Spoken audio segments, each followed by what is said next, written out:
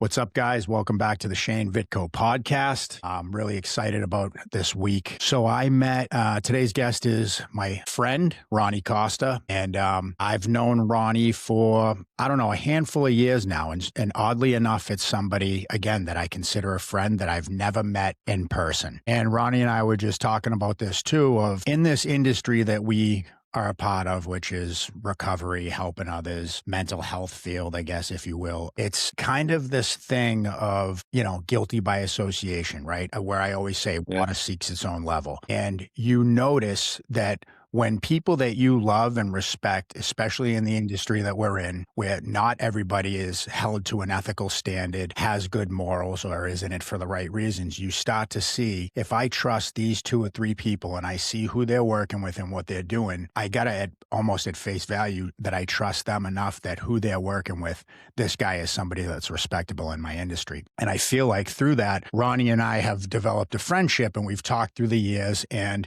I know for me personally, you're somebody that I've really grown to respect and admire. And I watch, right? I watch you from afar. I watch you through social media and I get to see the things that you're doing. So you've always inspired me and I'm really looking forward to being able to sit down. And ultimately, this is the first time that we've been face to face and actually get to have a conversation. So absolutely. Thank you so much for coming on. Yeah, dude. of course. Merry Christmas. And all right. So first things first is give me a little bit about where are you from? So I grew up in Providence, Rhode Island, born and raised in Providence, moved to Los Angeles to get sober in 2003. But I grew up in Rhode Island. I grew up in a tough type situation. Good. I guess we can get into it a little bit, but so first thing I want to know is what kind of behavior earned respect where you grew up? it's a tough question. I think it was I had to earn my own respect on the streets. I was blessed to I should say blessed, but it was actually I had 6 uncles who were wise guys. I grew up in Providence. Providence at the time was very mob affiliated. Not as much anymore, but at the time it was very mob affiliated. And I did everything I could to be like my uncles growing up. My mom tried to keep me away from that environment. The more she tried to keep me away, the more I gravitated to it. Yeah, so I guess I want to say the word earning your bones. I grew up trying to earn my place. Now, I would assume violence comes into play with that. Were you violent by nature, by environment, or because it was required? A little bit of all. So I was violent because it helped me to build reputation. From 14 to almost 21, I couldn't stay out of trouble. I couldn't stay out of custody. And I was violent just to kind of build my reputation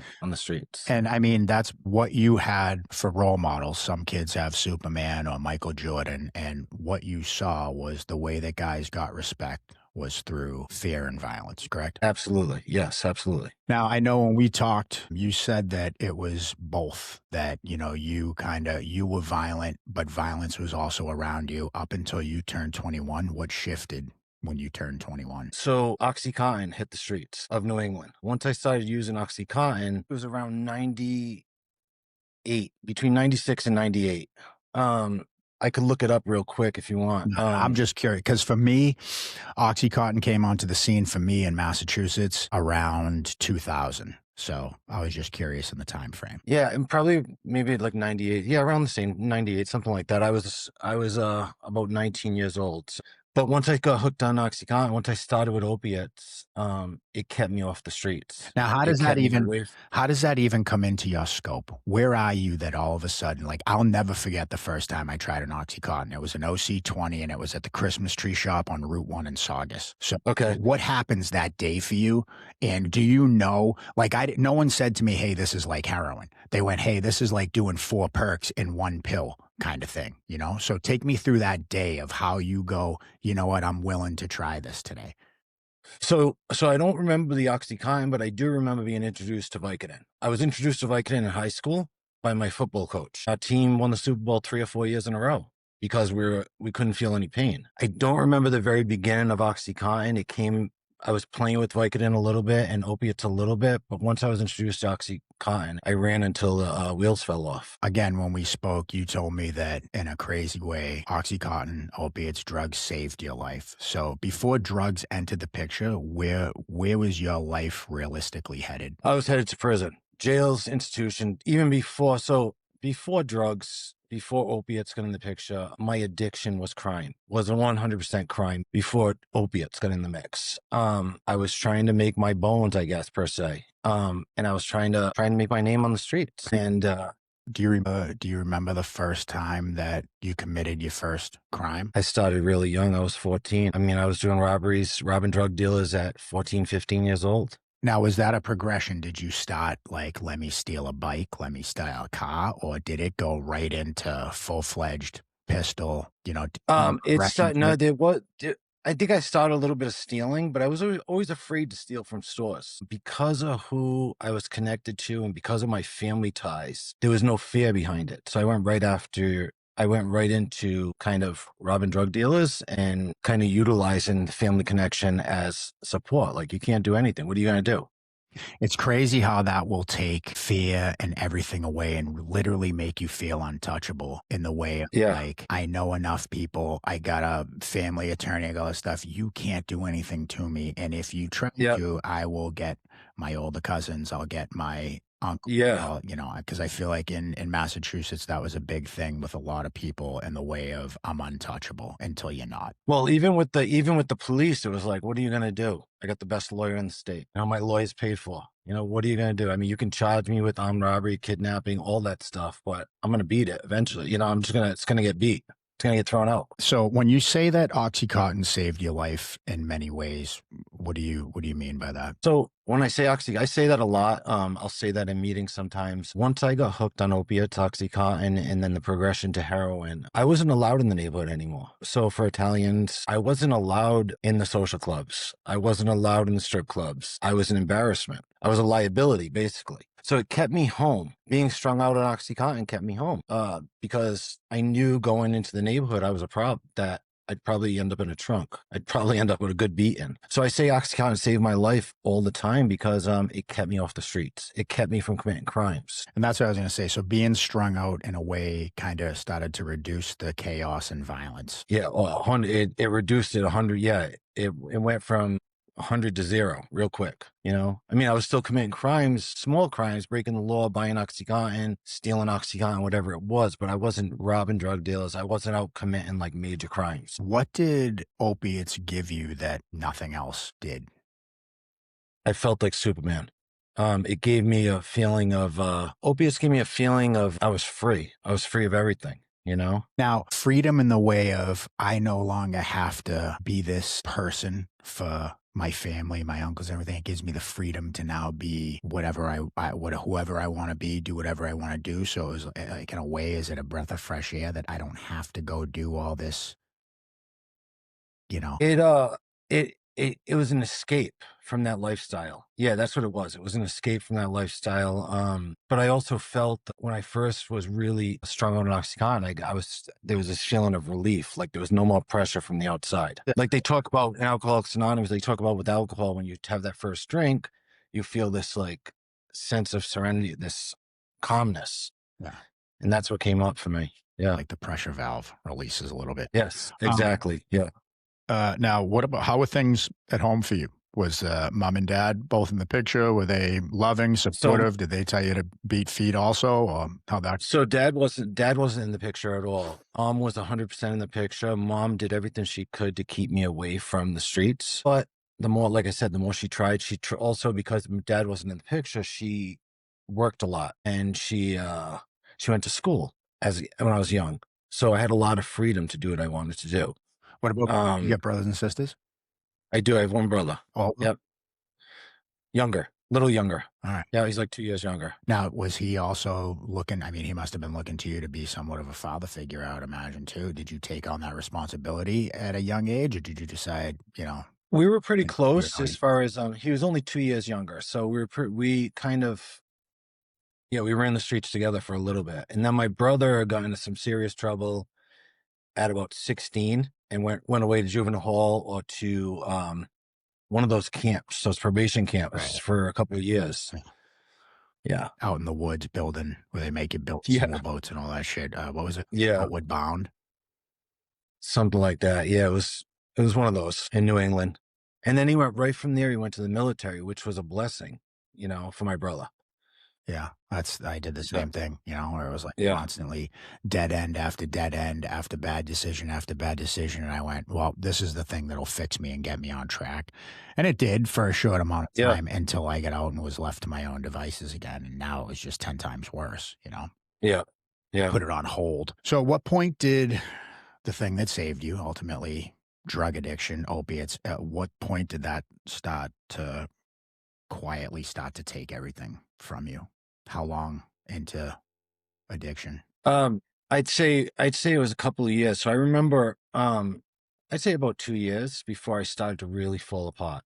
I was introduced to heroin. I'll never forget when I was introduced to heroin. And my dad, let me back up a little bit. My dad wasn't in the picture because my dad was a drug addict. And my uncles kept me away from my dad. My mother kept me away from my dad because they didn't want us to see that. And I swore I would never pick up a needle. I would never be like my dad. And eventually I did. Eventually I was introduced to the needle and I fell in love with it. How old were you when you started to kind of understand that your dad wasn't around because he was a junkie? I'd say about between probably eight years old. I remember going to treatment centers to see my dad, to visit my dad. I'd say about 8. Yeah. And it's funny. They separated around 4. They separated when I was about 4. I'd say around 8 was when I knew what was really going on. And isn't it ironic that at a young age, you decided, I never want to be like that. I'm never going to get a needle. I'm never going to make those decisions. Yet there you are. Yeah, absolutely. Yeah. So when that happens, I got to imagine when heroin enters the picture. Now, did you start sniffing heroin for a little bit, or did you go? I started sniffing. No, I started sniffing. At first, I started sniffing a little bit. That's when heroin was, in New England, it was always bundles. It was powder. Right. And I started sniffing it for a little bit. And then I met a girl who was a nurse, and she's like, you won't feel a thing, with the needle. And I was deathly afraid of needles, but she was a nurse and she was beautiful. And I decided to let her try, and I fell in love with the needle quick. Yeah. And that's when things really started to fall apart for me. And this was, so about 2 years or so of using OxyContin and then ultimately sniffing powdered heroin. And then next thing you know, you're married to the needle, right? Yep. I'd imagine exactly. So with the nurse goes south, and I'll take it south real quick. That went south real quick, and she actually overdosed and died about a year later. And then it must have been around 98 when the OxyContin started. Because we're talking 2001 now, and 9/11 happened. And I remember exactly where I was during 9/11. I remember I was trying to buy dope. I was in South Providence buying dope and shooting dope and thinking, like, this is my life. The world's falling apart and I'm over here trying to cop. The world is literally 150 miles away, falling apart, and I'm over here buying dope. Like, this is what my life has become. This is what my life's become. Now, is this ex that's the nurse, is this the first person in your life that's touched by overdose? No, actually. Yeah, the first person close to me, but I had friends prior that died from overdose when I was younger, a little bit younger.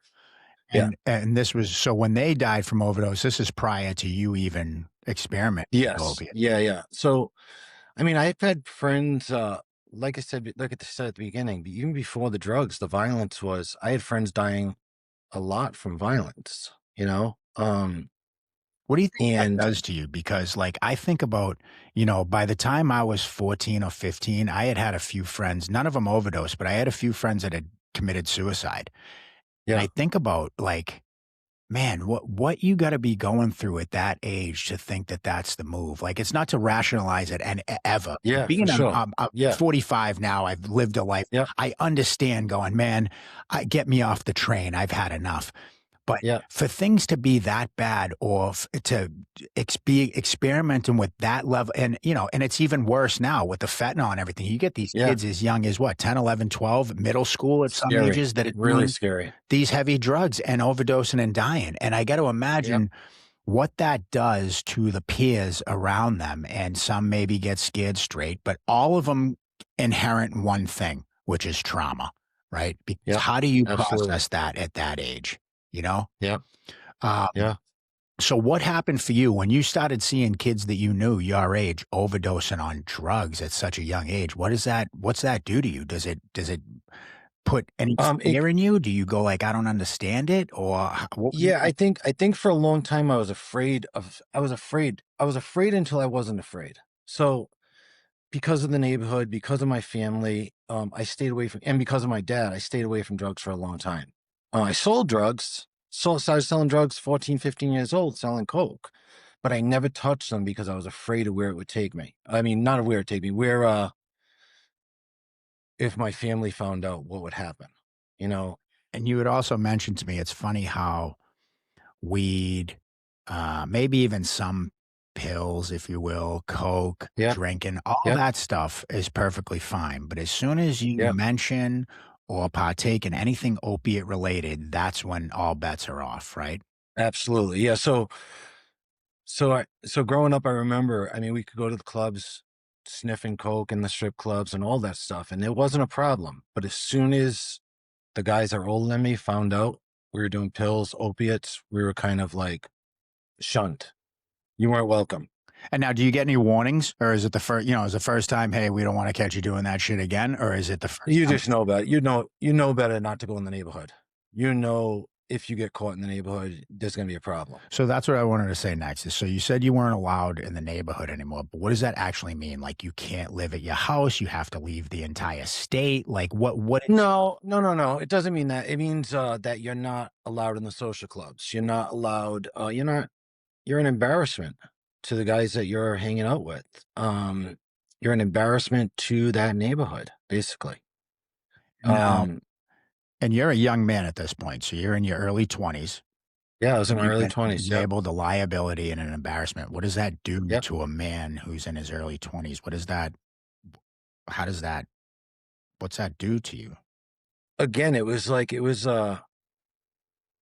I went from staying far away from the stuff to jumping in 100%. Once I was involved, it was like I was completely involved. And yeah, there's a lot of shame and embarrassment around the fact that now I'm a junkie. But was it shame and embarrassment because, and you're allowed to be both. There's no wrong answer, but was it Yeah. more shame and embarrassment that, man, I let my uncles down, I let my family down, or was it that I want to be a wise guy, I want to, my standards are higher than the average person, and now I don't live up to that. Like, I've completely lost the ability to be this made guy, to do this, live this lifestyle. Was it a little bit of both? Was it one more than the other? I think it was a little bit of both. Yeah, I think it was more the embarrassment of the family. And now my poor mother has to accept the fact that her son is just like his father. Yeah. There was more of the embarrassment. It wasn't the neighborhood as much. It was more my family and the reputation that my mom would have to your son's a junkie, just like his dad. Right. So she just went through decades of dealing with your husband's a junkie. Now, hey, Yeah. Yeah. better news. So is the kid that the heir to your legacy. Yeah, absolutely. Has Yep. taken the same road. Yep. So you had mentioned, the shame and the guilt. So I got to imagine that, does that, obviously you didn't go, you know what, there's so much shame here, it's time to change my behavior. That ultimately leads you to spiral down an even worse. Absolutely. Yeah. So things got really, I'm glad you said it like that, because things got really bad really quick. And I remember going from OxyContin to fentanyl. I mean, not fentanyl, to heroin. I'm sorry, back up to heroin, and started with the needle.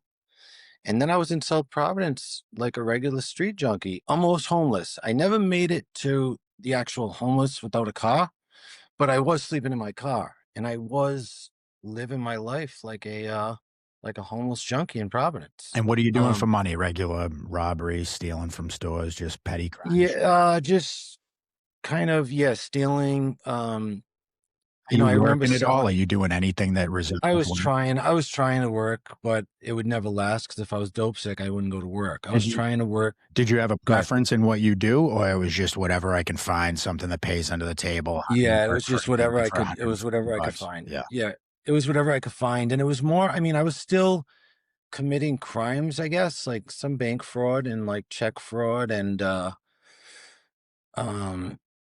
yeah, I was still committing some smaller crimes. Well, I I think look it's back at it funny. now, like how did it? I think it's funny how guys like us label, like, it's no big deal. I mean, I'm bouncing checks. I'm stealing from, Yeah, yeah, I'm not, putting guns in people's faces and stealing cars, right? Like it's, yeah, I feel like to live that lifestyle, you have to justify some things and tell yourself, because otherwise it's like, I already feel like a piece of shit. I already yeah, already know that I'm not living to my potential. I don't yeah, need to be reminded of that. So anything yeah, I can do to justify, which I feel like leads into, you don't even have to be a junkie to feel like that, right? On a daily basis as a sober guy, I feel yeah, like there's things that I do where I go like, well, so what that I said, shut the fuck up to my dog today and screamed. I'm not shooting heroin. I didn't put yeah, a gun in anyone's face. And it's like, yeah, right. If that's where my bar is set, then sure, I've got an A for plus sure. across the board. But if I'm Yeah, constantly trying to be a better version of myself, those are the moments that I got to go, is that the best I'm doing? And that's very, yeah, I agreed. don't know anybody in addiction that's stopping and going, you know what, am I being the best version of myself? So you have to do this thing to justify. Otherwise, taking a hot shot seems like a perfect thing to do on a Wednesday afternoon. So how long are you into shooting heroin now? You're a full blown, just barely homeless, living on the street, shooting heroin. Yeah. When do you kind of realize there's no good endings to this? So I remember that very clearly. I remember I still had a decent vehicle. I remember it was like a $5,000 vehicle at the time. Which was decent because I had thrown everything. That was the only thing I had in my life was my car. And I remember being so dope sick that I said to the dope dealer, "Give me a couple bundles. You can have the car.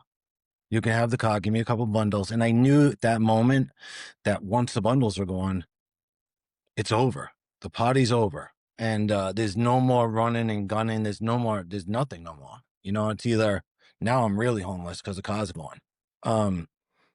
And that was when I went to my first treatment. So we're talking 2001, a little bit later after, well, maybe it was 2002 because 9/11. So we're talking 2002. I went to my first treatment in Rhode Island, in Providence. What lie could you no longer tell yourself? Like, was it this specific thing, or was there a multitude of events that had happened that kind of kept leading to the same thing? Or was it this specific time or did it happen while you were in this treatment center? I don't know if that's the first time you went once and got sober. Yeah. What was No, the absolutely lie? not. What was the lie that you started to go, this isn't, I'm not falling for the lie anymore, that led to getting sober? Like, let me back up. Not even getting sober. What was the lie that led up to you being like, I have to go to treatment for the first? I mean, the wheels had all fell. There was no wheels left. I mean, I could ride on 3 wheels. I could ride on 2 wheels, but fuck, there was no wheels left. Right. There was no wheels left. And it was just, I was done. There was no more running. And like, I guess when you say the lie, I couldn't even lie to myself anymore that there was still a runway for me to run on. I think it's the same thing that wasn't. goes hand in hand with the justification, right? You're out Yeah, for absolutely. justification, right? I Yep. can justify this, I can justify that. Once you get rid of the car, once you get rid of these certain things where it's like, I now sleep on a fucking sidewalk. I now Yeah. sleep on a bench. I have to find Yep. somebody that will let me couch surf. Yep. The justification, so the lie starts to become like, I can't keep telling myself, at least I got my car. I might be a junkie. Yeah, At least I got my Yep. car. At least I still got my Yep. $200 Jordans. You know what I mean? Yep. Everything Yeah. goes in addiction. Yeah, it was gone. And, Yep. it's I remember very after the funny. car. I slept in Rhode Island hospital's waiting room for a couple nights before I decided, you know what? I think that's when you say the lie. It took a couple days in the waiting room overnight for me to say, I'm fucking done. I'm done running. You know, like I need to change. Something needs to change. Now, are you a treatment all-star? Have you been to 50 plus? Like, take me through when, how many tries it kind of take you to get to this point, which ultimately leads to, you know, the last time you went. So I went to detox a couple times in Rhode Island, and I would get to detox. I'd get to like the 5th or 6th day, and I'd have there was something. I have a new plan, you know, so it's not going to be as bad this time. So this is the Ronnie Costa plan that you. Yeah, this is Ronnie Costa. It's not going to be that bad this time. And I would leave with some chick, and it's not going to be that bad this time. Right. You know, so it took a couple times for me to finally realize that Ronnie's will is taking him to the same fucking place every time. And I finally went to treatment in Rhode Island, and I got sober and stayed sober for almost a year. I got really involved in Narcotics Anonymous. Went to a ice skating event with Narcotics Anonymous and broke my hand. And my sponsor said to me, Ronnie, don't let them give you opiates. I'm like, no, I'm not going to, don't worry. I'm not going to let them give me opiates. As soon as I get to the emergency room, the doctor's like, here's a script of Dilaudid. And I thought about it for a quick second. I was like, I can't take the opiates. And I was like, but that would be so good. Nobody will know. Nobody will fucking know. And I remember getting in the car with my sponsor. I got in the car with my sponsor, and I remember him looking at me in the rearview mirror because I was in the back seat. And he's like, you didn't get prescribed any opiates, right? And I said, nope, not at all. And I remember the look in his eyes. And I was off and running again. And I think it lasted another couple of months before I finally, so my dad had moved to California. My dad had gotten sober, moved to California. And it lasted a couple of months before I said, you know what, my dad offered to bring me out to California and to Long Beach. And I decided to give it a try. And that was it. Then it was like, I got to California, and there was a real sense of relief. I was able to really get sober, and I didn't have all that chaos, that mess in the background that I had created in Providence. So I didn't run from Providence because of all the drama. I left Providence, and I went to Long Beach to get sober, and it was like I had this freedom, a fresh start. So I had that blessing of, some people say, oh, the geographical don't work. It worked for me. Well, this is what I'll say about that. Yeah. Because I would always say the same thing, geographical, the geographical cure or whatever doesn't work. And I agree with that. If I just think I'm leaving Boston and now I'm going to go, because I tried this. I left, I moved to Florida. I left, I moved to Arizona. I maybe traded it for drinking and doing cocaine. No matter what, I did nothing to change me. Now, the same thing. I also went to Southern California because I had to shut the noise off. Lo and behold, I didn't know that there'd be 25 guys from Boston at the, like they did this huge sweep and sent us all out there at the same time.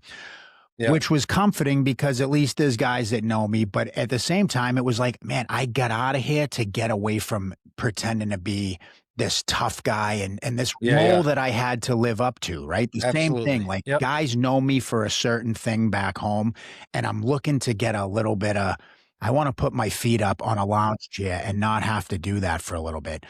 Well, anyways, I think the same thing, right? I think it's okay to relocate, to shut the noise off, because the bottom line is, dude, I didn't really know anyone that was sober back in Boston. And even if I did, like, I was always 1 foot in, 1 foot out, where like, I'll get a little bit sober, but I still got to associate with these guys. I can't just cut them all off, and I had to get away. I had to know that it's not a car ride away. It's not, I brought my car to detox, and when you start doing something I don't like, see you the fuck later, I'm leaving. I'm 3,500 miles away. I'm not leaving this place Yeah. because I'm in the middle of the nowhere in Malibu, and I don't even know what way to go if I were to leave. Like, I remember kids that would Yeah. leave in the middle of the night, and I'm like, where are you even going, dude? Like, where you're from Oklahoma. Where are you going? You know? So I do think, like I said, if you just go to Florida and think, you know what, I'm going to get a new job and a new car and everything's going to be great. No, I don't think so. But I Yeah. do agree with going somewhere to kind of quiet the noise, get your things together. Because as you know, right, I know that you've recently moved back to the East Coast. I know confidently now that I could go live in Boston, be in Boston if I so desired, because I fixed me, dude. Me being sober is not contingent on make sure the bars have all the alcohol put away, make sure the junkies go inside when Shane walks down the street. Shane is now Yep. good with Shane, so it doesn't matter where I go or where any of that stuff is. Yes, agreed. But prior to getting sober or early sobriety, that was not the case, and I wasn't willing to take that chance, you know? Yeah. Agreed. Yeah, agreed. Absolutely. Yeah, I can get sober in Providence, but I'm in my environment, and I still had all that noise, just like you just said. So it was good for me to get to Long Beach. It was good for me to get 3,500 miles away and just start fresh. Now, what behaviors followed you into sobriety that still needed work? Where do we start, right? You know, there's still a lot of work to be done. I'm trying to Well, I my guess so mind's what I'm spinning right saying now. is, right, and we're gonna get to this too, but is like, and I've spoke about this before where we think a lot of us, I feel like think, soon as I remove the drugs and alcohol, now I'm good to go, and everything's gonna be peachy keen, and I'm gonna skip around and whistle all the time now, and life's gonna be grand, right? Well, lo and Yeah. behold, we find out, as you know, once you kind of get into some character defect stuff, we tend to bring in a lot of these behaviors. So what behaviors were kind of really showing up more than you would have liked in early sobriety? The tough guy behaviors, all that nonsense, all that tough guy shit, all that, I was better than because I came from New England and, I'm not like you people. Yeah. You know, there was still all that machismo, that all that stuff, you don't know what I come from. Yeah. Let me You have let me no put idea on what the I come back from. burner that I'm a vicious homeless junkie. Do you know? Yeah, absolutely. Yeah, you don't know Yeah. that stuff. Right. Yeah. Right. That what Um, it was for me was the same thing. Never mind, I'm a junkie. Don't you know I'm a veteran, dude? Don't you know that I played yeah, high school hockey? You know what I mean? It's like, yeah, yeah, yeah, you did do all those things once upon a time, but do you know what's trumped all that? The fact that you've yeah, for decided to sure. shoot heroin for the past In my 13 neck. plus years. Yeah, Right, exactly. absolutely. Yeah. What parts of you had to be retrained? All of it. Everything. Um, I think I think everything, because my belief, so growing up, I wasn't allowed to feel at all. So in treatment, I learned, actually my first treatment, which was interesting, I wasn't allowed to feel growing up. If I cried, I got slapped. Now, that's Now, from everywhere? That's from mom on? no, no, no. So my mom and my grandparents were very loving, but my uncles, they see me cry just a little bit, Yeah, a smack. tough. I wasn't worthy, you know? So that's why at a young age, I had to grow up quick and I had to be a tough guy. Even if I wasn't a tough guy, I need to act like a tough guy in front of my uncles. So I had to teach myself really quick to fight, to fight and to act tough, even if I wasn't tough. So all that stuff had to be retrained in sobriety. Yeah.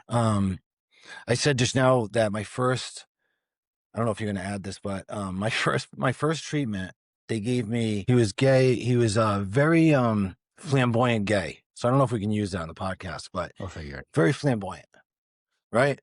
And he said to me, "Should I slap?" And he said to me when I first sat down with him, "Should I slap you or should I give you a hug?" And I broke down immediately. Broke down to tears because it was the first time somebody actually cared enough, other than my mother, to hug me. You know. I think also too, and the fact that you say can I say that? I think, look, it's no secret that when I first got sober, I was extremely racist, extremely homophobic. Like I had Yeah. a lot of stuff to work on, Yeah. And Yeah, for I sure. think for guys like us, it's like we think that's so different from where I come from. You don't do that. You don't act Yeah. like that. You be a man. And I just had it so drilled into my head of what it meant to be a man that I was afraid to have friendships like that because what are my friends going to think about me? What are people going to say? And it wasn't until I really started to have, or like you said, right? Here's somebody for the first time, here's a man, be it gay or straight, showing you compassion, love, Yeah, and understanding, like understands where you're coming from. And that's so tough for us to accept because it's like, what do you mean you absolutely. understand where I'm coming from? Aren't you different than Yep. me? And I think that's one of those things that really opens your eyes to like, maybe I'm not as fucking special and unique as I think I am. Yeah. Yeah, absolutely. That was a big shift for me. That was really a big shift for me when I started to feel, Shane. I mean, when I started to actually open up to people, men, um, and yeah, that was a big, it was a big shift for me. Now, how do you learn restraint when escalation, like is been your default setting for So, so long? so, so that, that was kind of easy for me because I had such a record on the East Coast. I started working, so I got sober in Long Beach, and I started working in treatment. And I had a cop tell me I started working with young adults in treatment, 18 to, well, no, it was like 17. It was a youth offender reentry program, and I had a Long Beach cop say to me, "Ronnie, if you get in trouble in the state of California, we're going to strike you up. Yeah. We're going to strike you up based on your record from back east." Um, Yeah. You don't get a so that fresh was start. yeah, that was easy for me because I knew that even any violence at all, I'm done. California don't play. At that time, I think they stopped the 3 strike thing. But he looked at me and he's like, "Ronnie, with your record," because they had to run my record to work with the kids. And he's like, "With your record back east, if you get in trouble here, you're pretty fucked." So that really scared me. The idea that I'm going to go to prison and stay in prison because I don't have a lawyer no more. I don't have a mob lawyer. I don't have a family lawyer. I don't have all those like that safety net, corrupt judges, corrupt lawyers. I don't have that safety net. So that kept me out of trouble. Yeah. The idea that like I don't have that no more. Yeah, I agree. Because I mean, I felt the same thing of kind of like I'm not in my backyard anymore, and if you go away, like I don't know the dance here. I know I get locked up in Massachusetts. Cool. I'm gonna know 6 things off before even in the holding tank. I'm gonna know 4 guys. I'm gonna know who's on the block, Yep. who's doing what. I don't know shit here. Not looking to kind of like get out my notebook and learn how all of a sudden this new prison system works out here and all this stuff. I mean, Yeah, ultimately that absolutely. kind of disappeared a little bit at a certain point too, because I was acting like such an animal out there that I just got lucky and that didn't happen.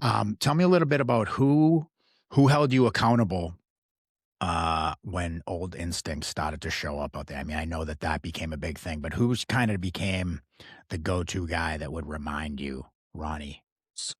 So I had a sponsor named John Brown from Long Beach, who's still a father figure to me. And he's from New York originally, New York City originally, comes from the same type of environment. And he would just keep me on my toes. Like, what the fuck are you doing? Like, what's wrong with you? Everything, every behavior that he saw that was from back east, he would keep me on my toes. And I also, John was, and he's still, like I said, he's still a father figure. He was more of a father figure to me than my own dad was, or my uncles were. John helped me along the way. He really did. So now you go from kind of early sobriety, where it's like we start out holding on to the seat, just getting day by day, surviving day to day, and then you start working in treatment. Give me the fast forward to how you end up building something So, legit. so let me just back up just a little bit. So John, like I said, John was the, what do they say, the Eskimo or whatever. John was he was the foundation. But I don't know where I found this, but I always had a group of men. And I still, to this day, have a group of men on a text thread that call me on my shit. I need to be called on my shit. It's very important that I appreciate those that call me on my shit. You've done it. You've done it when I wanted to back out of the pot and back out of the podcast. Like, stop being a baby, I need that. So I started working in treatment at about 2 years sober. And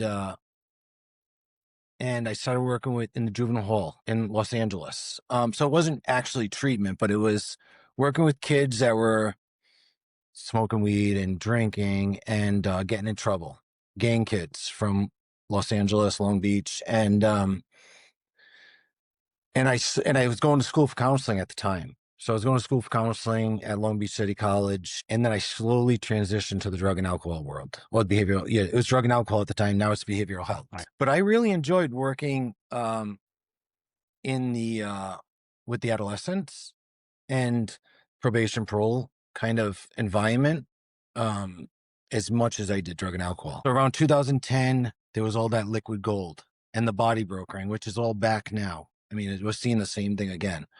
2010, I walked away from treatment and I went back to probation and parole as a case manager. Santa Barbara County, I started working as a case manager for probation and parole. And I stayed there for a long time. I was doing some treatment stuff, some case management stuff on the side, but it was mostly probation and parole for a long time. Working with guys, they called it the non-violent, non-sex offender, non-firebug. I don't know what the third one was, but it was like non-fire. Yeah. So Same at the top, yeah. So 2010, 2011, they were doing, they were releasing like if you were non-violent, non-sex offender, and non-firebug, California was releasing you to programs on the street. Sober livings. The problem with it was probation and parole didn't want 300 people on a caseload. So they would lock you up as quick as they could. Smoke a joint, flash incarceration, 10 days. So we were doing all this work to get people housed in jobs, and then probation would lock them up for 10 days. So we'd have to start the process over again. But I mean, I enjoyed it for a long time working with probation and parole, and it kept me away from the drug and alcohol. I wanted nothing to do with it. When I saw how dirty it was, I didn't want my name involved in that. So yeah, I mean, it was bad. It was bad back then, 2010. And I'm seeing it now. I mean, now I say it all the time. You see treatment, it's like, all you need is a felony to open a treatment center in California. Like that's the requirement, a felony, and you can have 5 treatment centers. Okay, so you work at you're doing the probation parole thing. You step away from treatment. At some point, ultimately, when do you make the decision? I want to maybe do something on my own. Do you work for a sober company first, as kind of you're hired by a company, or did you jump right in balls deep into start your? No. So 2016, 2018, I started to come back slowly to treatment. I started doing sober livings, helping people build sober livings. And then I was offered a job working as a sober companion. And it was private at first. So I started doing a couple private jobs. And what is a sober companion? What's a job of a sober companion?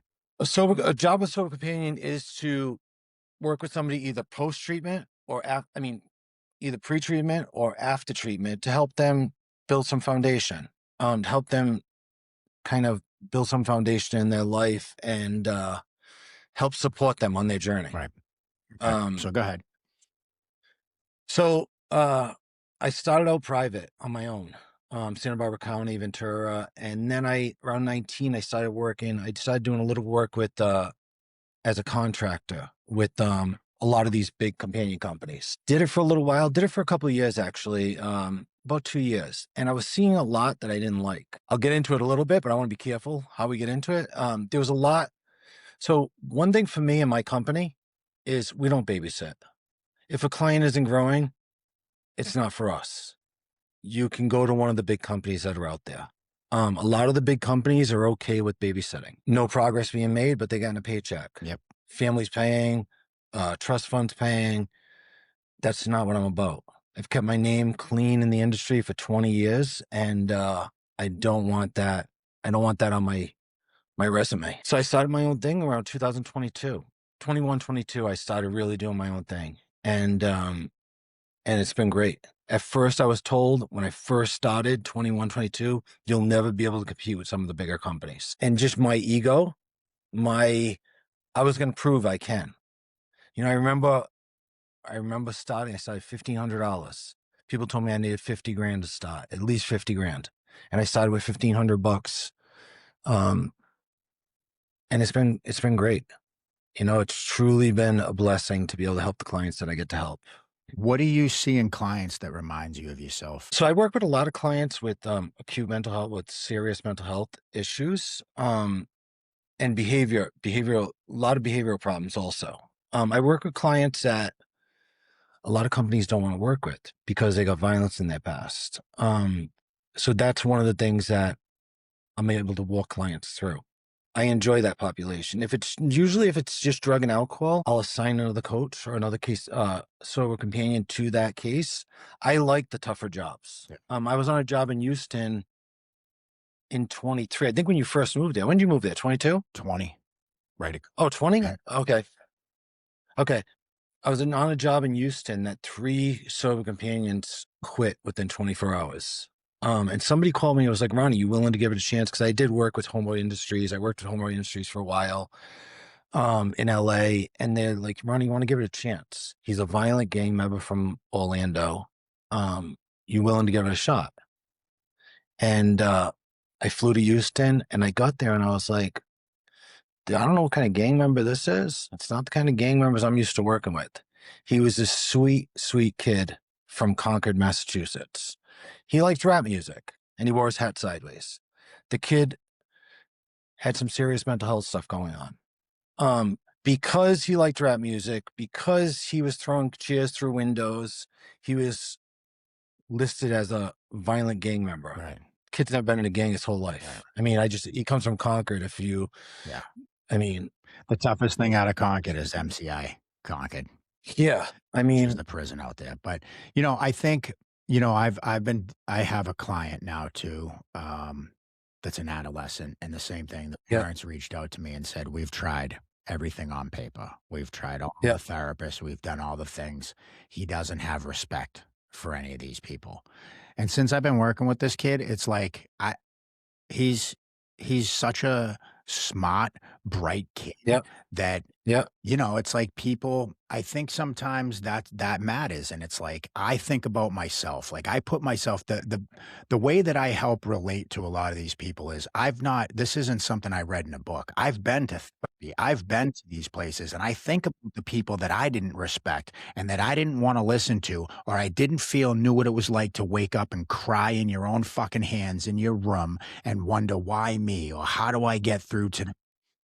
So I think having the ability to relate and know that I'm not here to kind of tell you what to do or anything. I just need you to know first and foremost that I know how you feel and I know what you're going through, and I know that everyone's got you live, because I was that kid that threw I was from Reading, Massachusetts. I used to throw chairs through the windows and do all this stuff, and here I am labeled security threat group and everything else, and he's a white supremacist and everything. No, I'm not. I'm just an angry fucking kid in the suburb that had some, had to work on kind of like emotional regulation. And until I could find these guys, which are, like you said, I have these guys that hold me accountable today, that are going to call me on my shit. They're going to tell me how it is, that I know I can open up to, and aren't going to make fun of me or laugh at me or be like, oh, that's crazy, man. Wow, you have all those problems. Everything's fine for me. I don't need people like that around me. It's social media. Everything's fine. Absolutely. I got no issues, Why do you think oftentimes when people get sober, they feel stuck? I think so. I think a lot of times when people get sober, they're just not doing the work.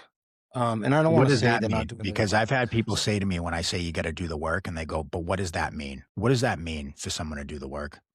So when I say doing the work, I don't mean doing the steps perfect. What I mean is you need to change everything. You can't just hold on to a little bit. For me, I shouldn't say everybody, but for me, I needed to change everything. I couldn't just change a little piece, because there was still the behaviors. There was still the sneakiness, the lying. So everything had to change. I think you just answered that perfectly. It's like they're not. I think, and I've mentioned this before, and I really feel like a lot of people think once I move the drugs and alcohol and I get rid of the substance, it doesn't really matter if I do the steps. It doesn't really, and like, look, you don't even have to be pro AA or pro 12-step or anything. But you got to stop being willing to take a look inside and figure out what makes you do the things you do, why you have these patterns, why you emotionally unregulated, why you react to things the way you Agreed. do. And if you're not willing to do that, no shit, you're stuck. No shit. I've seen guys get to the podium to celebrate 25 years sober, and I don't want a fucking thing they have. Fuck. Yeah, Not absolutely. one thing. It's nothing but Agreed. misery. It's everyone else's fault. No gratitude. It's like, I don't want that, dude. I didn't get sober to be a miserable prick the rest of my life. Fudge. Yeah. And there's plenty of them out there.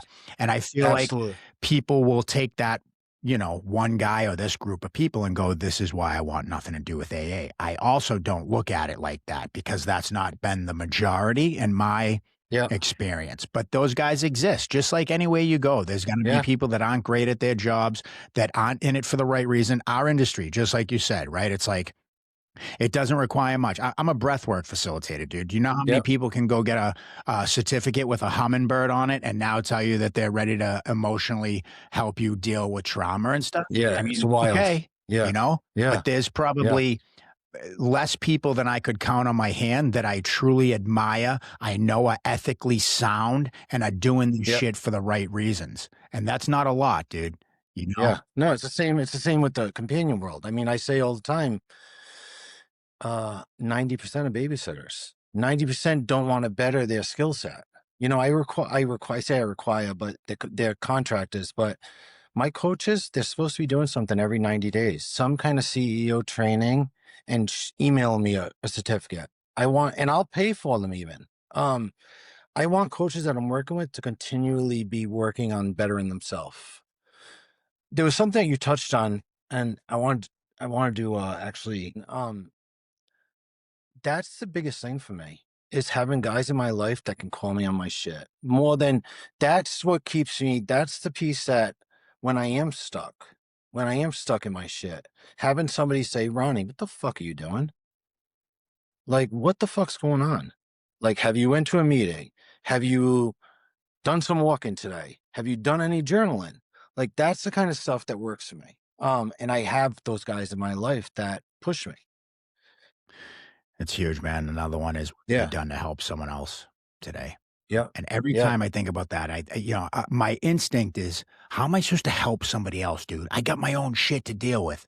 But every time I pick up that phone and I talk to somebody that's doing a little bit worse than me, or has a little bit more going on, or one more kid than me or something, it makes me go, man, I'm over here complaining or pissed off about this, and this dude's figuring it out with X, Y, and Z, or he's got court tomorrow and he doesn't have a vehicle. And it's like, man, there's so many more pressing issues. Yeah. And again, this is all first world problem shit, but I need that sometimes, because otherwise I get wrapped up in self, and it's not fair, and nobody else understands what I'm going through. And it's agreed.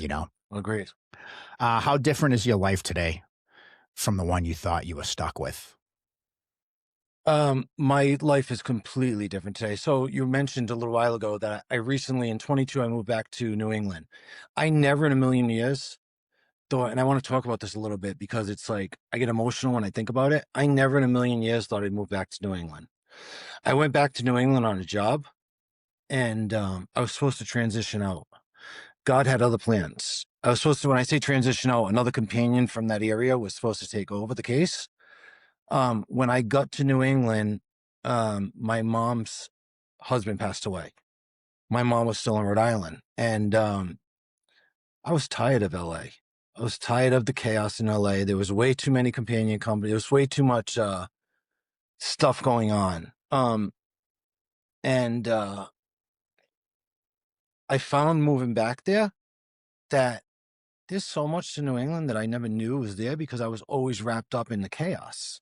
New England's a beautiful place. I never in a million years thought I'd be back there. And now I get to see the beauty of Rhode Island, the beauty of Massachusetts. Like, it's actually a really nice, all I knew about Rhode Island and Massachusetts was crime. That's how I was raised. That's how I grew up. My life is completely different today, Shane. It's, I don't look over my shoulder. I'm constantly I'm sticking my hand out trying to help somebody, and not trying to see what I can come up with, see what I can take from you. My goal isn't what I can get from you. It's, what can I give and how can I help? How can I be of service? One of the guys that really helped me get into the companion business was a guy named Michael Gonzalez, who has been companioning and doing interventions. He was on the show Intervention for a long time. And he would say to me when I first got started, Ronnie, when I started companioning, go help somebody, go help somebody. You were given the gift to help people. Now go help somebody. And, my life is a result of how I live my life. I mean, my life is a blessing. It truly is a blessing today. I don't have to worry about getting pulled over, like everybody in my life that I grew up with. I think I said this to you privately, but everybody I grew up with is either dead or in prison doing life on the installment plan. Yep. If I didn't leave Rhode Island when I did to go get sober, I'd be dead, guaranteed. Mm-hmm. There would be I don't think I would have made it to prison because the way I shot dope and the way I did drugs, it would have been over a long time ago. One-way ticket to the morgue. Would you never risk losing today? My sobriety. Absolutely. My sobriety. That's not even a thought. Yeah, it's too important. I know what it looks like on the other side. Right. And what it looks like for me, I mean, some people, they can go back a couple times. They can go back and they can drink and they can potty, but I know where my addiction takes me, and it gets fucking messy. It gets messy real quick. Yeah. Real fucking quick. Now, something I've noticed about you is, you post a lot of inspirational stuff. You always sign off with Carpe Diem, which seize the day, I believe, in Latin. So what? Yeah, I have it tattooed on my hand. There you go. So why? When did you start applying that? How did that come into play, and what does that mean to you? So Carpe Diem is seize the day. It's just tackle the day to the best of your ability. I don't live in yesterday. I don't live in tomorrow. I'm trying to do the best I can today. You said it a couple minutes ago also. What can I do to help you today? I want to help one person a day. I have a lot of coaches and companions that I work with for free, that I do case management.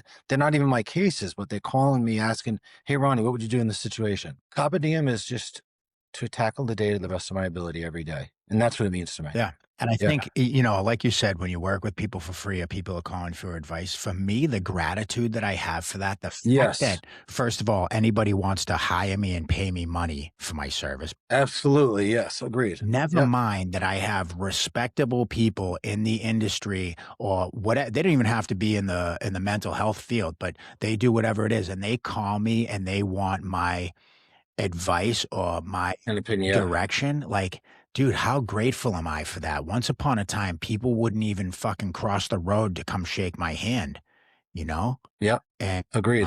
What a blessing, dude. What a blessing. Last question I got for you. If someone listening feels like their life sentence is already written, what would you tell them? It's not. Give me a call. Give me a call. I'm always happy to work. So I'm always happy to work with people, even if I'm not getting paid. I mean, I'm constantly doing, like I said a couple minutes ago. Where do people find you? What's the website? What's your Instagrams? What's your business? So it's counselingunlimited.com, but the unlimited is UNLMTD. So counselingunlimited.com.